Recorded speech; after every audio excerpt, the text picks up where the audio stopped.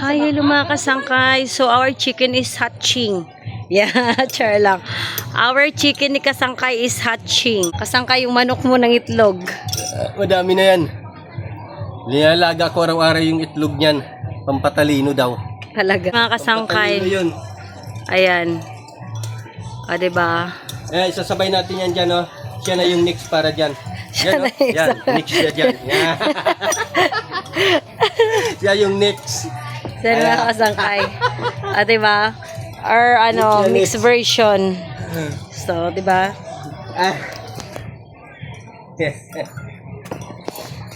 Kasi kasangkay hindi nakikita yung itsura ko eh.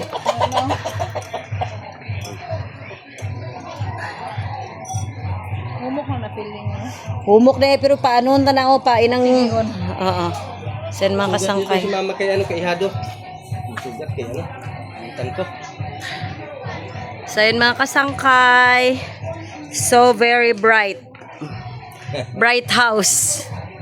So ang ganda ng panahon ni kasangkay. Diba? Maliwalas.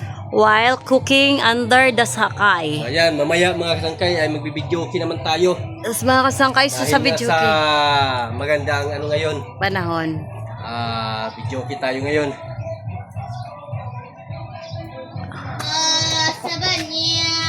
Madami pa tayo sa bawan mga kasangkay. Ito pa oh. Ayun mga saan mga kasangkay. Yan. Saan mga kasangkay yung sasabawan Sasabawan natin. natin yan. Ito. Next. Dami ito. Adubuhin natin.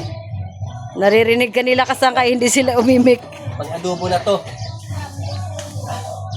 Kailangan mataba sila mga kasangkay.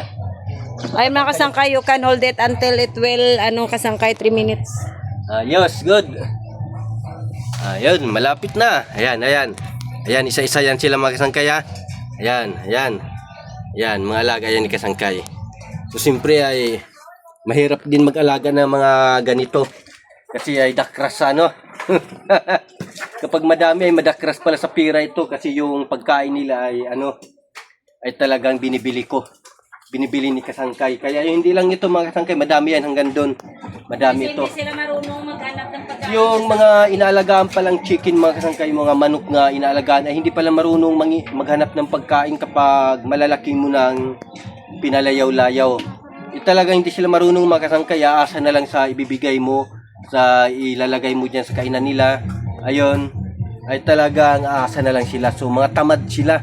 Sila yung tinatawag ng mga manok na tamad. Hindi marunong maghanap ng pagkain.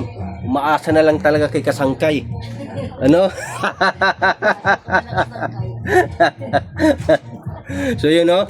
Kasi tamad sila eh. Marunong magtuka-tuka sa mga pagkain nga iba. So ayun mga kasangkay, dahil nga ay marami pa tayo lutuin ng mga so babay muna mga kasangkay. So ito si kasangkay ay nagpapalamig sa punong ito. Ayan, di ba kita niyo yung puno ni kasangkay dito, ang cute no? Ganda yan. Yan, ayos yun, ayos yun. Ayan. Ayan ang mahal ko. At ang bida natin si Shamara. Ayos.